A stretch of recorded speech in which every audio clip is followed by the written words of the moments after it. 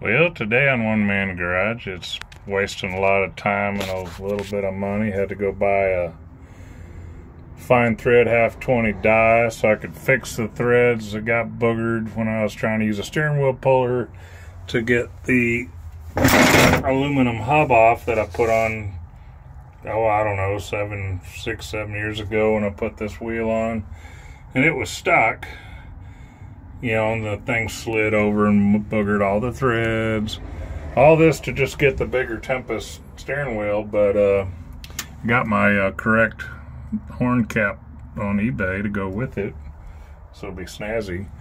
But yeah, it's a big pain in the butt. I have a real hard time getting the thread thing started. And I have done conversions to half-course thread, you know, because that's what I had, and that works too, but I was trying to be right. I went to Napa, though, local, and found that for the competitive price of $6. So it looks like I finally actually had to use the impact to help get it going, to get it started. But I got it decent enough. I guess we can try to put the steering wheel on now. Oh, how about that? Torqued on and all.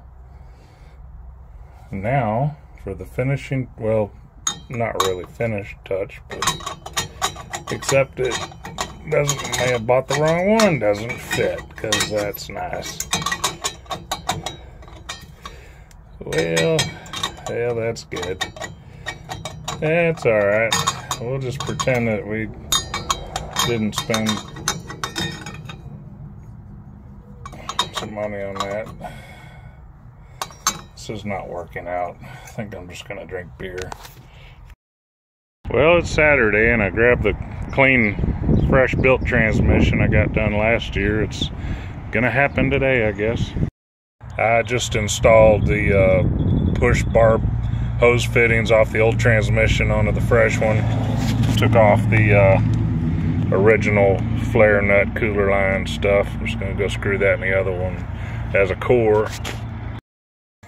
I don't know why people, you know, keep thinking you gotta have a lift, gotta have a lift. No, just slide it under with your leg. Nobody gets hurt. See, that wasn't difficult.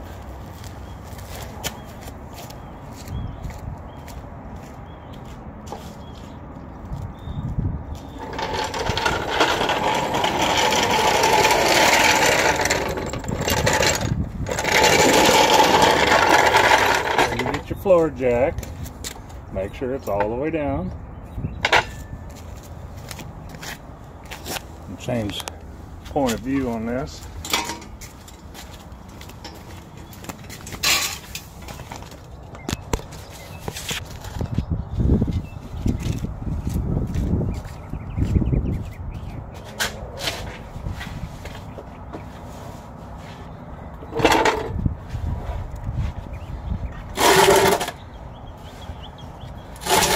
So the gist of it is, lean it up, and what I'm doing is I'm going to grab the back of the jack with one arm and then grab the other side of the transmission and give it the anaconda squeeze, and it'll go on.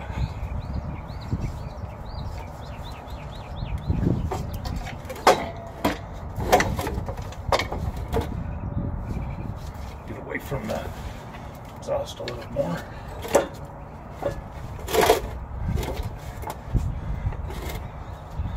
Or do this. See? That is not difficult at all.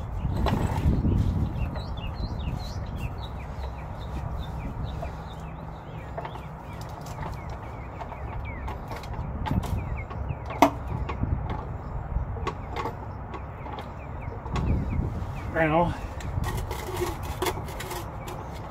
you can try to center it a little bit back, because we're going to add the torque converter, so that's going to be heavier on the nose. So I got it where it'll almost tip backwards, and we're going to add the converter.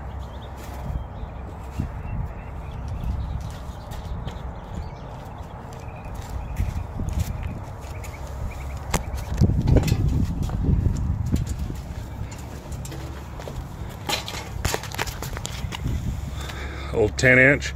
This is a, it was more or less brand new when I got it. It was an old school TCI 10-inch Street Fighter, rated 28 to 3200. And of course I was finding it to be a little loose behind a 455, you know, at full slip. So I actually, when I was doing a transmission swap years ago, took this to a local converter builder that did performance stuff, and I had asked them to tighten it up as much as they could to handle the torque and the heavy car and all that, and they added an anti-ballooning plate. And I did notice, I think, if I remember right, it might have been load flash stalling like 4,500 and wide open, and it tightened it up to where it was more around 4,000 at full slip wide open. So that, I'd say that's perfect, you know, especially with this bigger cammed motor combo. It should have plenty of torque by 4,000, sure, much earlier, but I don't know, we'll just see what it does. I think it'll work. It does definitely match up with the old camshaft well, but I really have no idea if it's going to be a turd or be fast with this hot cam. You know, I do have the better heads on the stroker.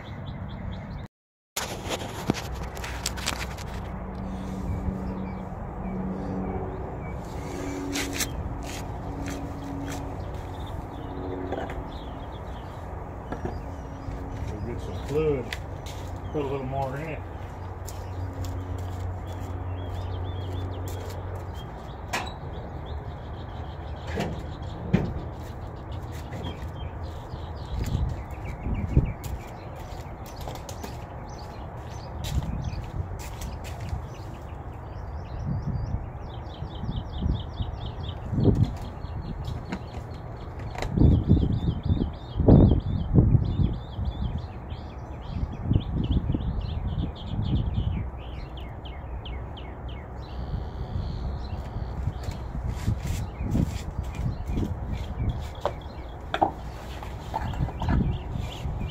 Of course, it already had fluid in it, so it wasn't just working when I pulled it out.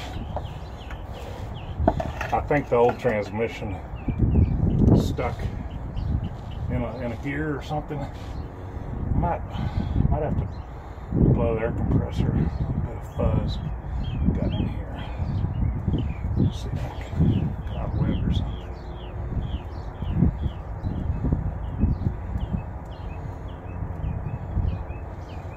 I think it's fine.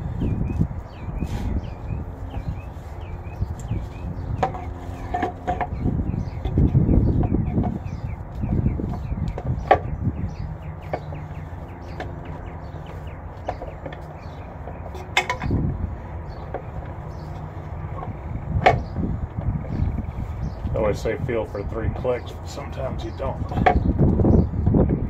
Get that. Now that's in pretty far.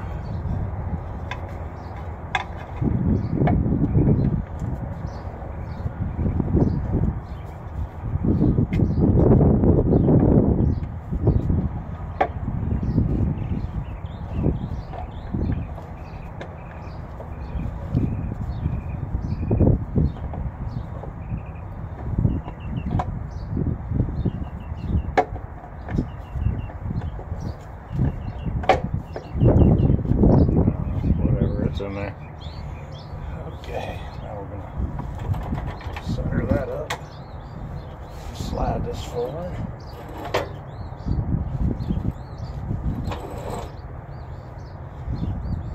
Alrighty.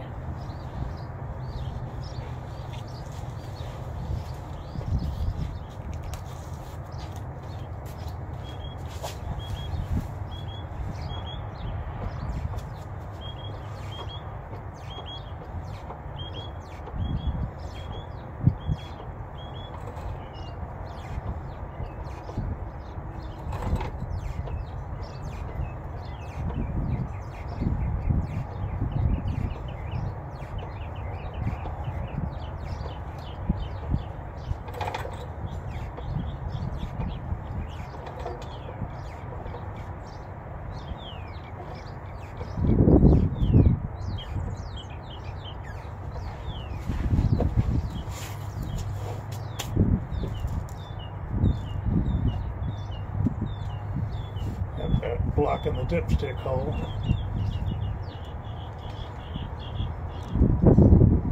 I'm gonna see about getting that dipstick tube to drop.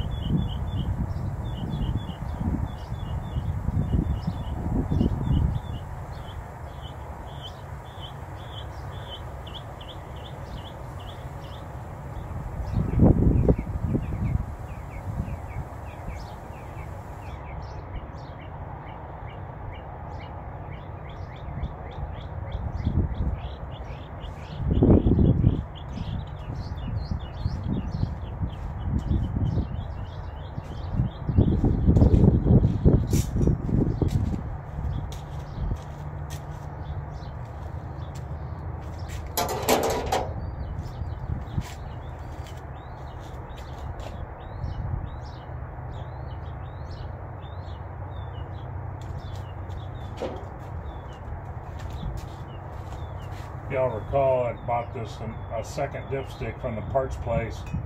They had the Repop 69 Firebird 400 tight fit Turbo 400 dipstick that clears the firewall, and I thought, you know, this car had the similar problem, so it'd be the tightest fit one. It should work on this one as well. We'll see. Gotta lube up my O-ring, which look like it's already dry cracking, so maybe I will use silicone.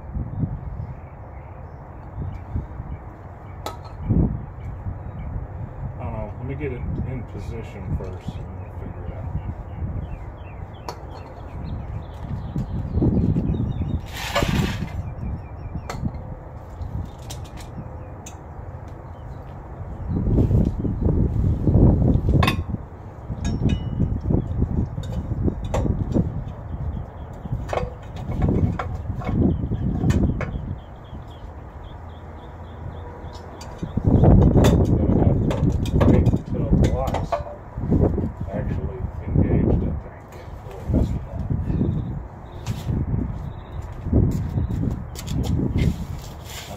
Hanging on the ground.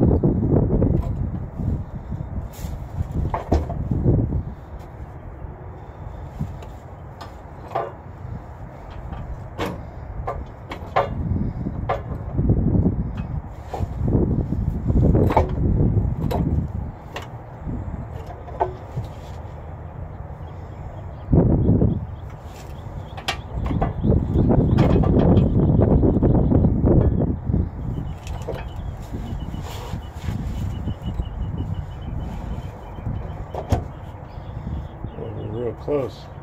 Let's see what the other side looks like. Yeah, it's looking pretty good. Actually,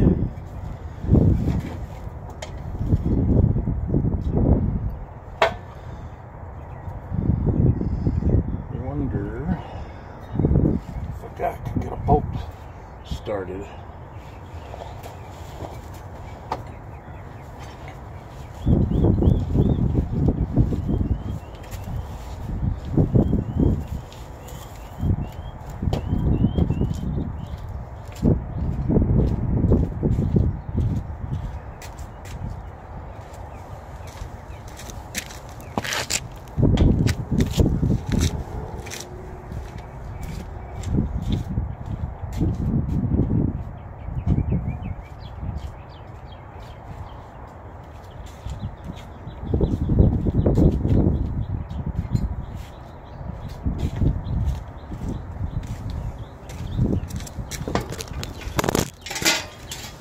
My bad.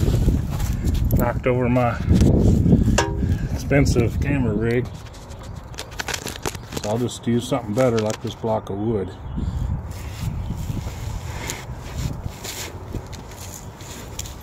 Ah, 3/8 bolt.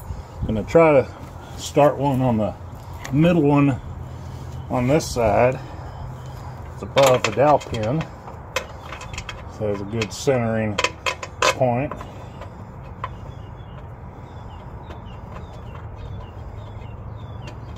I think it went right in. That seems weird. I noticed also when I took this off the other on this, I don't know if it's because of the crankshaft cut, it's different on this stroker crank, but it looked like my little hub, part of the little button thingy on the converter was rubbing or something, so I probably space it with a little bit of washers, not go, you know, let the converter sit a little bit further back. I got to put more oil in this engine too. I only had 2.5 quarts when I did that oil change the other day.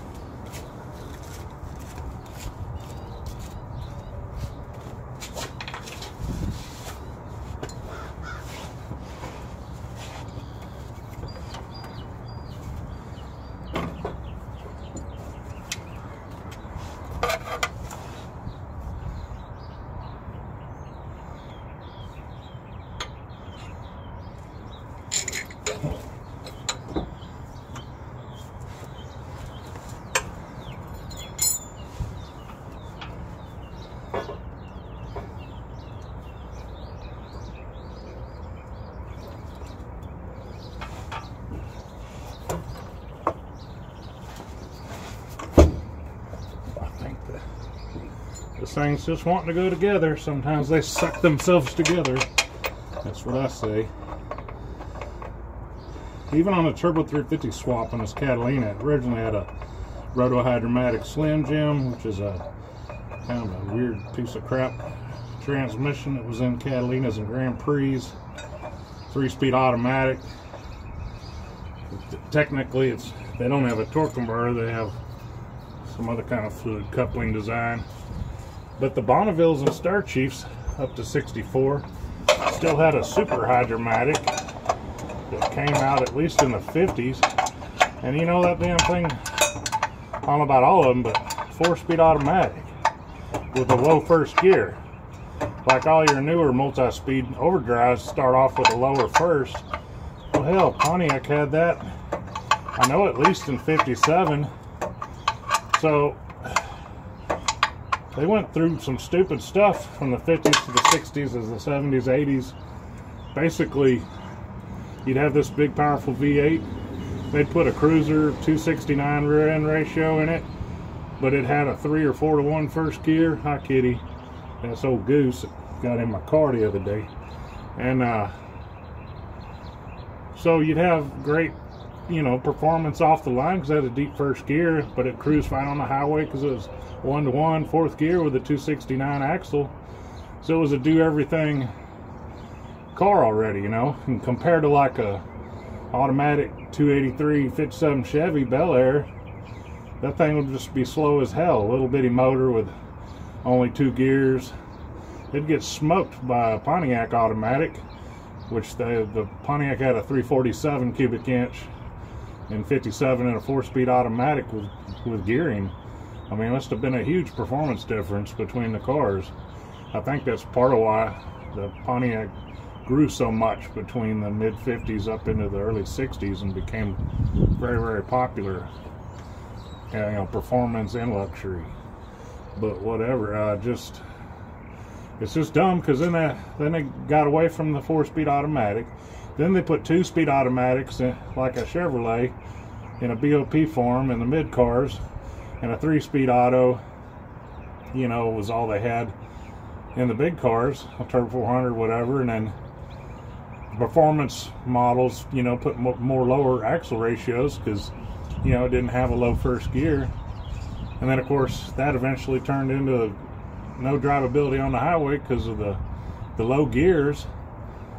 So it all kind of went dumb and backwards. They went to less transmission gears and more rear end gears to make up for the transmission gears, but then the highway driving was crap. So, you know, here comes the 80s, and now we're going to overdrive transmissions and just keeping the lower gears because they went to some weak little motors, you know, that needed the gearing. Excuse me. And, you know, just kind of retroactively came up with a different way to get where they already were a long time before. So that's kind of the weird history cycle of gear ratios and transmissions and stuff kind of through the years. Just a little odd. But anyway, never mind that. I got 2 bolts in.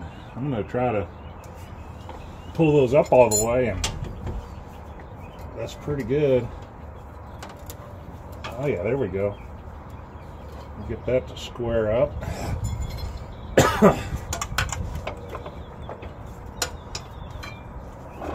Motor looks good. Let's get back on that side.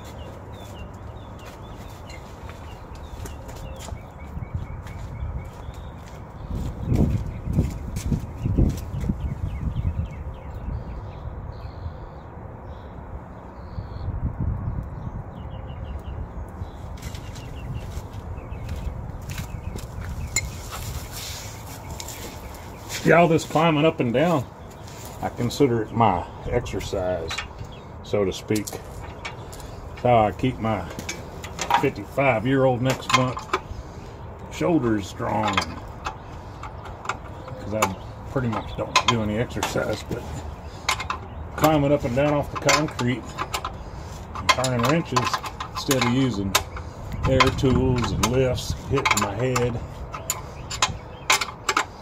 It's my kind of exercise, is all I'm saying. That means work's getting done.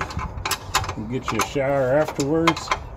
Feel like you had a pretty good upper body workout. And don't forget the abs, because, you know, sitting up is practically like doing stomach crunches. Then you can celebrate by sitting in your folding chair and having a cold one for a job well done.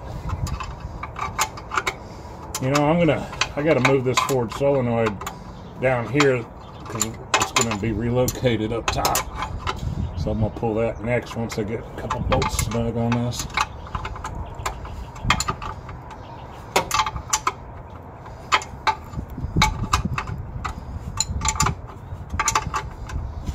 And I'm going to have to see if it's possible for me to, once it's all in, I'm going to try to see if I can hook up column shift. I don't have the factory linkage pieces anymore, which I think actually would have worked. So I don't know, we'll investigate that. Obviously I can use what I have, but I'd rather see about getting a different shifter.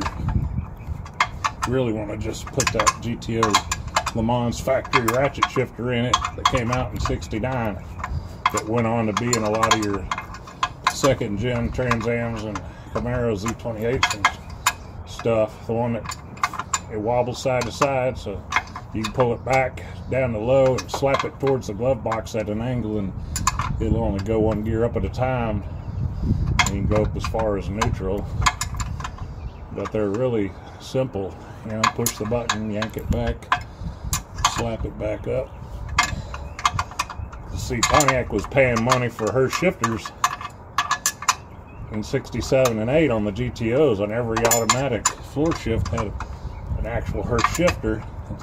And they decided, well, shoot, if we just invent our own performance-minded ratchet shifter, we could save some money.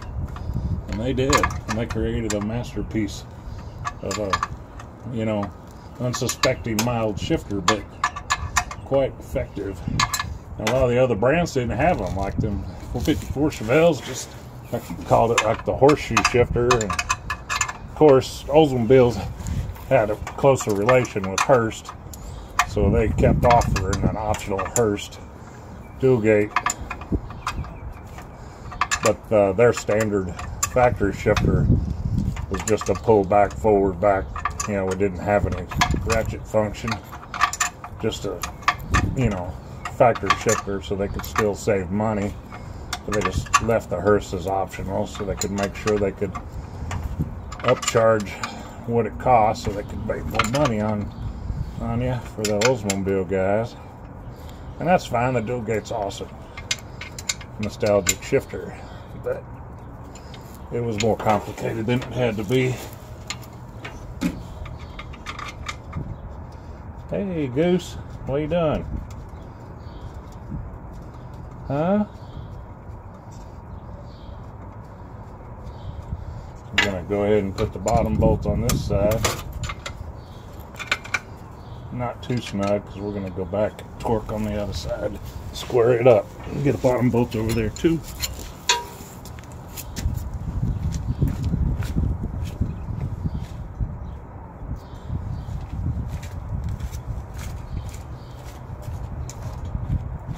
Of course, that middle bolt, I don't think that's going to cause a problem with dipstick. I think it uses the top one.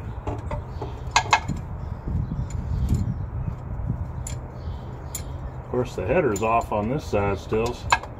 When I was preparing the squish dipstick tube and finding one of my non-air conditioned shorter sticks, it's going to go straight into the block tube. Gotta get all this squared away, then we'll put that back. It's helping give me good access right now. Oh, there we go. A little snap. Get that in place. Burger's working good.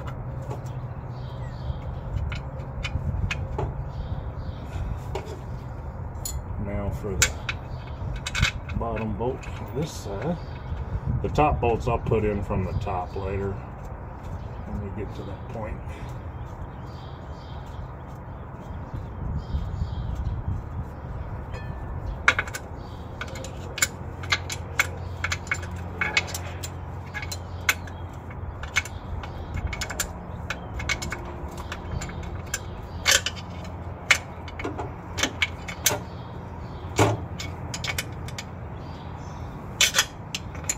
That's slipping so much.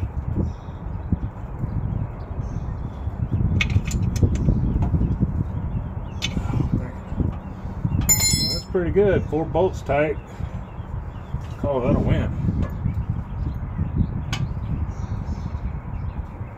I'll let this angle the motor back just a touch. Get some support back on it. We'll figure out what's going on with the dipstick.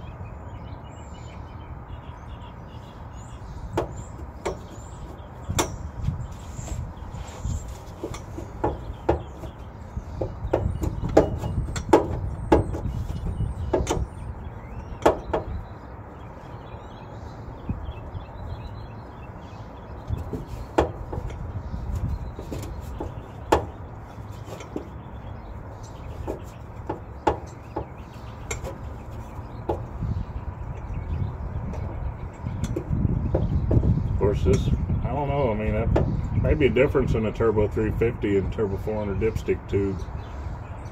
I didn't really think about that. I always kind of figure they interchange. Maybe it does. It's not greased up to drop it in all the way right now, but it's just trying to eyeball the angle. It looks like it does use the middle bolt. So let me think about that for a minute.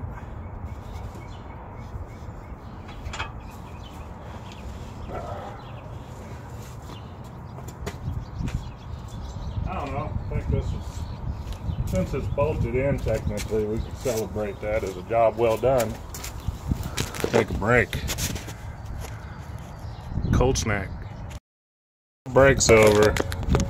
I'm gonna go ahead and angle the engine and trans more in installed position. Basically that means when it crashes into the floor pan, because back on my transmission ramble I was just noticing, you know, I was talking about the trans tunnel on these cars doesn't clear very well on a 350, and it really doesn't on a Turbo 400.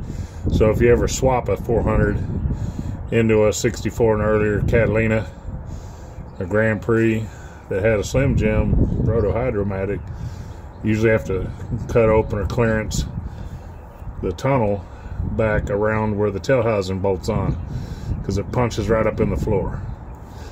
That is your service tech info minutia for the day.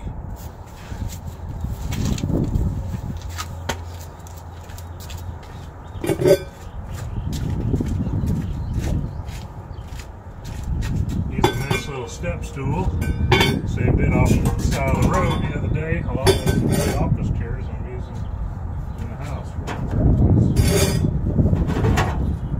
Why spend money when you can just use somebody else's garbage?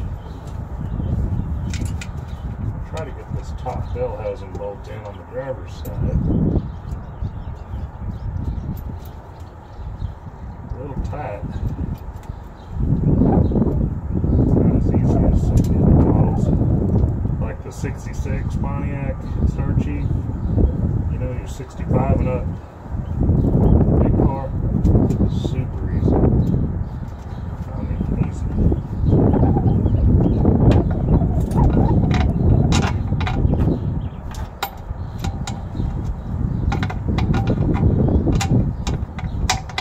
Have to use the tips of my fingers and really maneuver. Try to hold the bolt and washer.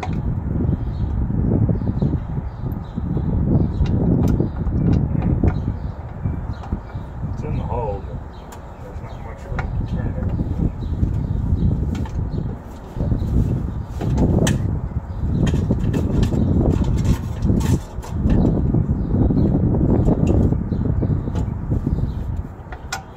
If I recall, it's been quite a bit of time trying to get this bolt out. I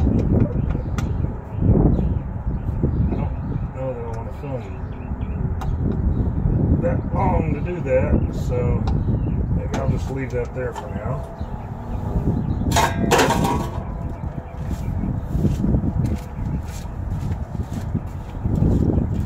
What I'm more interested in is the dipstick tube fitment.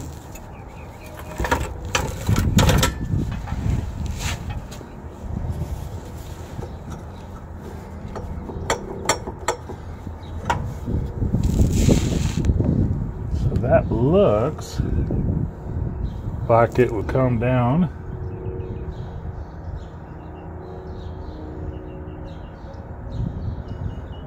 I think the angle looks right, so I should just put some silicone around that O-ring, take that middle bolt out that I just tightened up, and just do the block of wood and tap that tube down.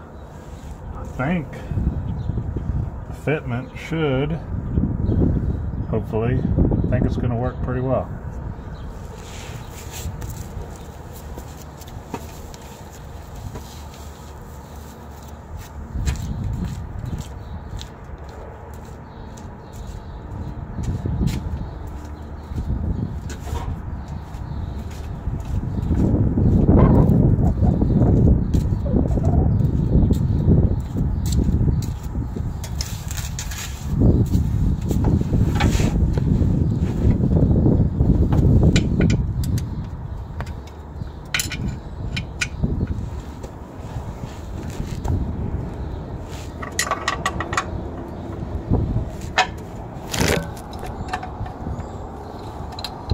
and the lower 3 out of 4 bolts around both sides of the dowel pin. This is plus the tail housings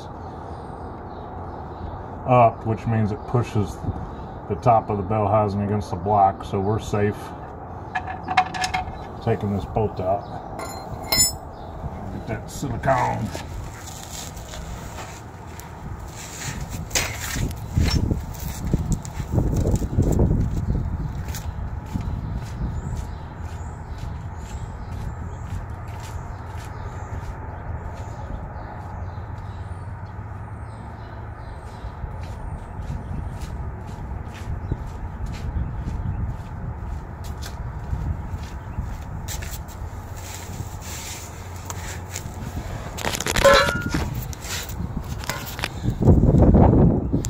Yeah, for years I always used Pontiac's Ultra Blue, but I've been buying Ultra Black pretty much ever since.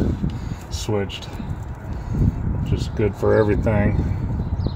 I think I liked Ultra Blue because it looked like Pontiac metallic blue, engine blue. It's the greatest engine color. Hell, in general, the 60s, early 70s Pontiac V8, technically, I know I'm a little jaded towards Pontiac, but has the sexiest, most attractive engine, I think. Or it's in the top, should be in everybody's top upper count, unless you're some kind of Ford guy, we won't even ask you. I like Mopars, I just don't have one. Just sharing that. Alright, I gotta go wipe my hands off.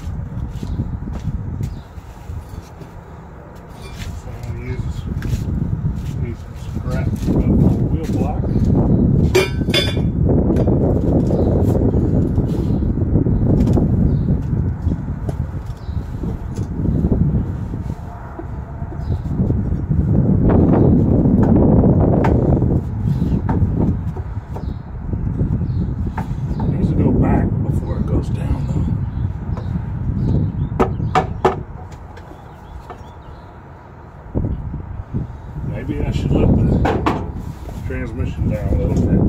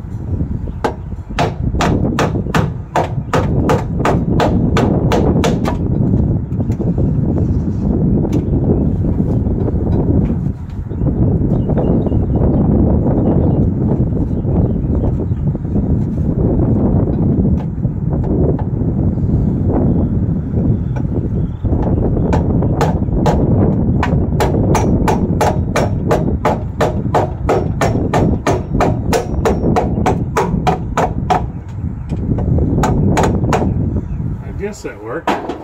It went down. Let's see what the hopefully the bracket when I pin it.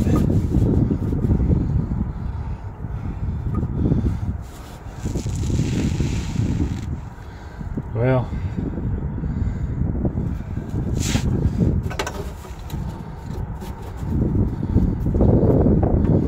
all I can say it's in there. Maybe I can jack it back up now.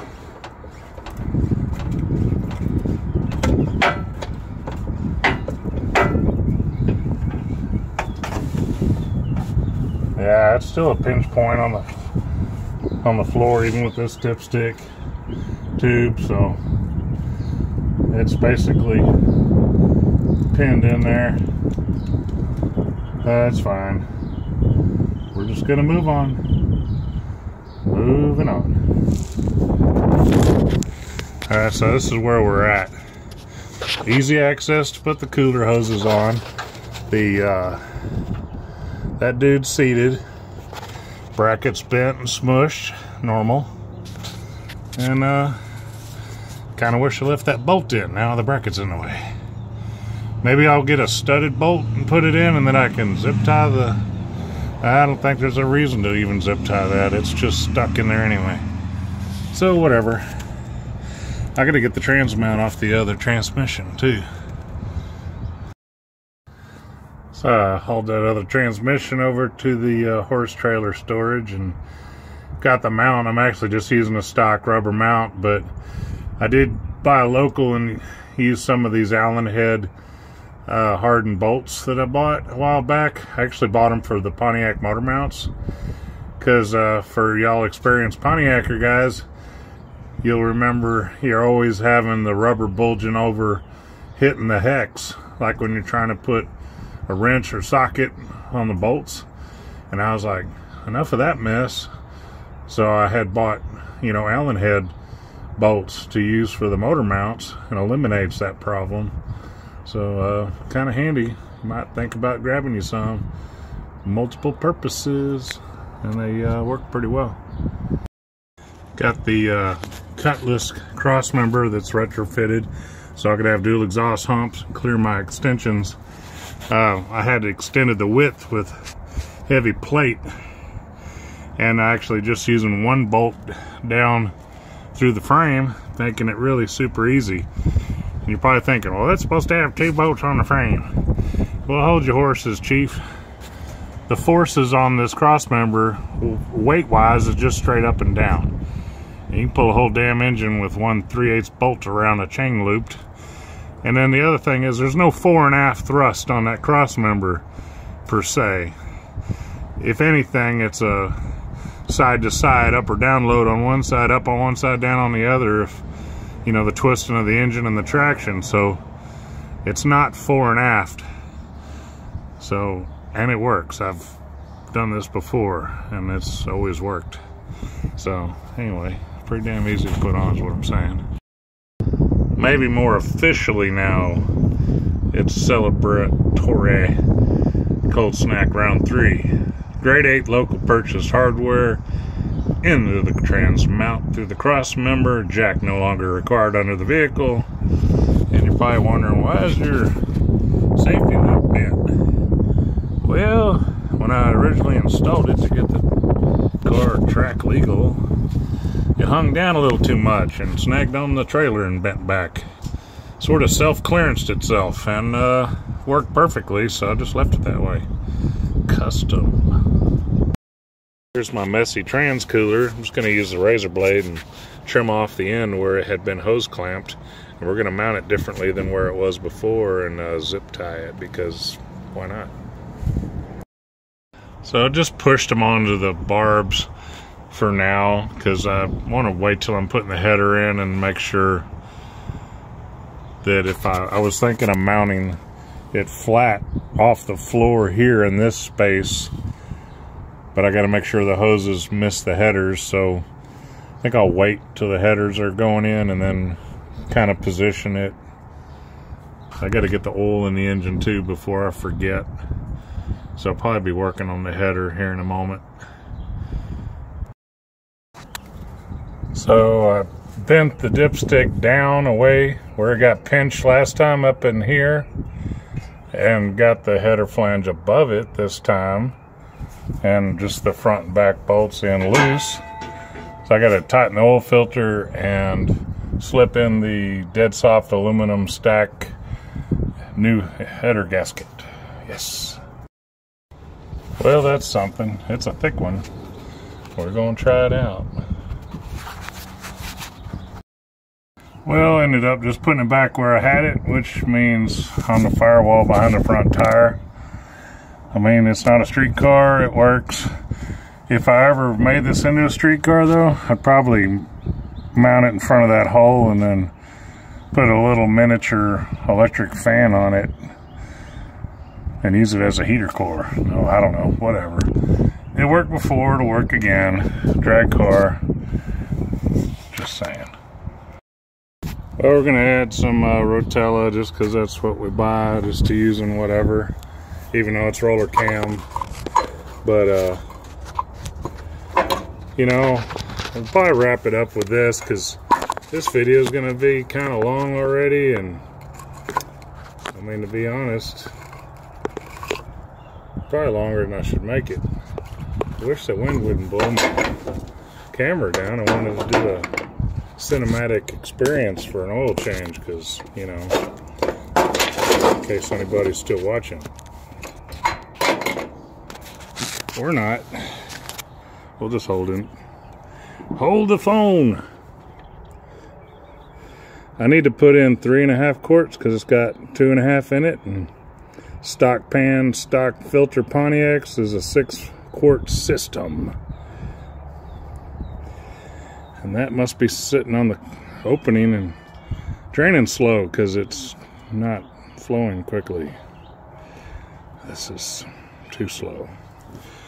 Well, that's it for today. Thanks for watching. Consider subscribing if you haven't. And if you watched this far in the video, then you certainly should watch all my other videos and drive up my watch hours. I need help on that. But anyway, take care of yourself. Go work on something, man. It's nice out. Adios.